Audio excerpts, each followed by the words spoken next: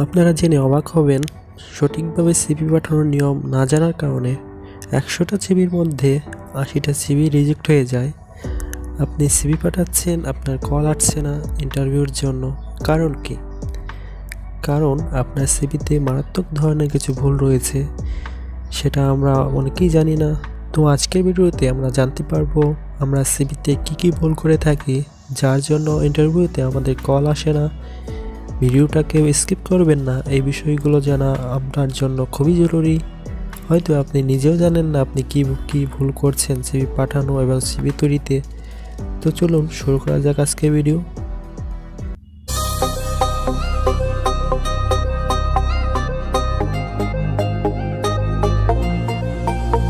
CV curriculum ভিটা। ধরুন আপনি একটা কোম্পানিতে জব করবেন। আপনি আপনার কোয়ালিফিকেশান, আপনার জীবন বৃত্তান্ত কোম্পানিকে কীভাবে জানাবেন? হ্যাঁ বন্ধুরা, এটাই হলো সিভি, যার মাধ্যমে আপনি আপনার সম্পূর্ণ আইডেন্টিফিকেশান, কোয়ালিফিকেশান কোম্পানিকে দেখাবেন। এবং আপনি যদি ওই চাকরির জন্য যোগ্য হন, তাহলে আপনাকে তারা চাকরিতে নিয়োগ দেবে।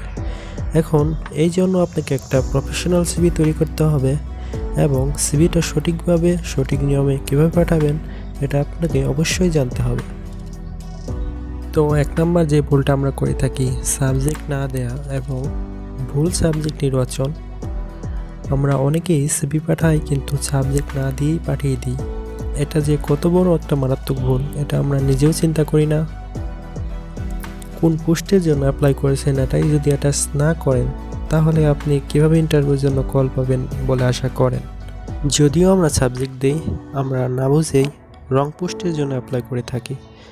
সাপোজ ধরুন লোক লাগবে হেলথ এক্সিকিউটিভ হিসেবে, আপনি পড়াশোনা করেছেন ইঞ্জিনিয়ারিং সাবজেক্ট নিয়ে, ওইখানে আপনার ইন্টারভিউতে কল না পাওয়াটাই স্বাভাবিক। তাই আমাদের অবশ্যই খেয়াল রাখতে হবে সঠিক সাবজেক্ট এবং সঠিক জায়গায় আপনাকে অ্যাপ্লাই করতে হবে, তাহলে আপনি ইন্টারভিউতে কল পাবেন বলে আশা করা যায়। ২ নম্বর যে ভুল, সিভিকে ওয়ার্ড ফরম্যাটে পাঠানো। আমরা কেন জানি সিভি পাঠানোর সময় একটু বেশিই তাড়াহুড়া করে ফেলি। সিভিটাকে কখনো ওয়ার্ড ফরম্যাটে পাঠাবেন না, সিভিকে অলওয়েজ পিডিএম থেকে ফরম্যাটে নিয়ে দেন পাঠাবেন। ওয়ার্ড ফরম্যাট সিভিটাকে দেখতে একটু বেশি অসুন্দর লাগে, পিডিএম করলে সিভিটাকে দেখতে সুন্দর লাগে এবং যে আপনার সিভিটা দেখবে তার কাছে সিভিটা পড়তে একটু কমফোর্ট ফিল হবে, দেখতেও ভালো লাগবে।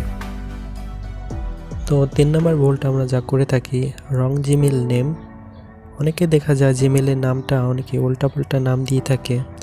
আপনার জিমেলের নামটা অবশ্যই আপনার নিজের হতে হবে, এই বিষয়টা অবশ্যই আমাদের খেয়াল রাখতে হবে।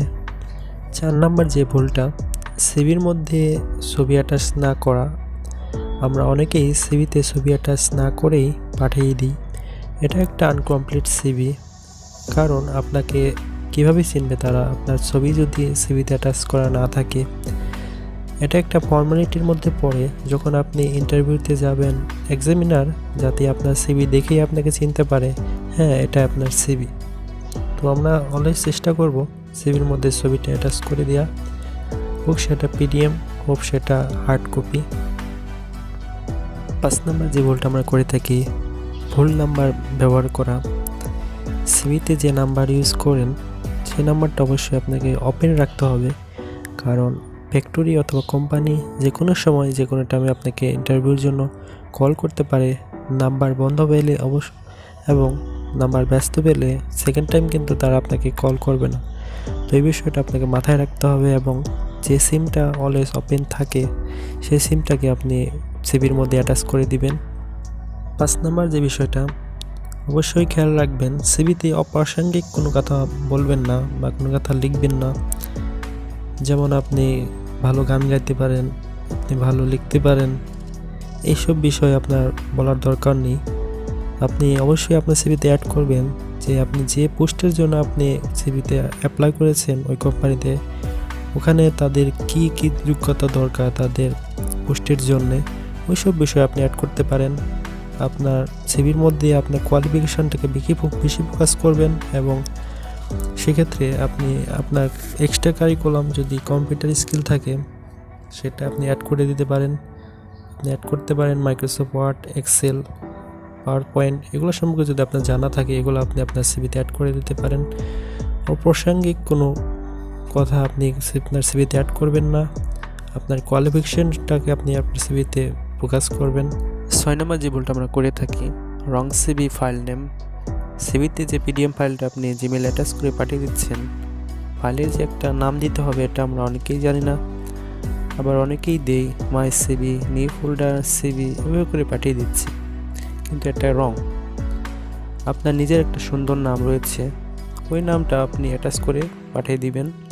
যেমন আপনি দিতে পারেন CV of Saiful, CV of Rafiq, CV of Suhel. তো এইভাবে আপনি আপনার নামটাকে সিভির মধ্যে ফাইলে অ্যাটাচ করে দেন, আপনি সিভিটা পাঠিয়ে দিবেন। তো বন্ধুরা, যদি আপনারা চান একটা প্রফেশনাল টেক্সটাইল অথবা গার্মেন্টসের জবের জন্য সিভি কীভাবে তৈরি করবেন, এই জন্য একটা ভিডিও চান, তাহলে অবশ্যই আমার চ্যানেলটা সাবস্ক্রাইব করবেন এবং কমেন্টে আমাকে জানাবেন। আমি আপনাদের জন্য পরবর্তীতে প্রফেশনাল সিভি তৈরি কীভাবে করে এটা নিয়ে নতুন একটা ভিডিও নিয়ে আসবো। তো আজকের মতো যাওয়া যাক। আসসালামু আলাইকুম।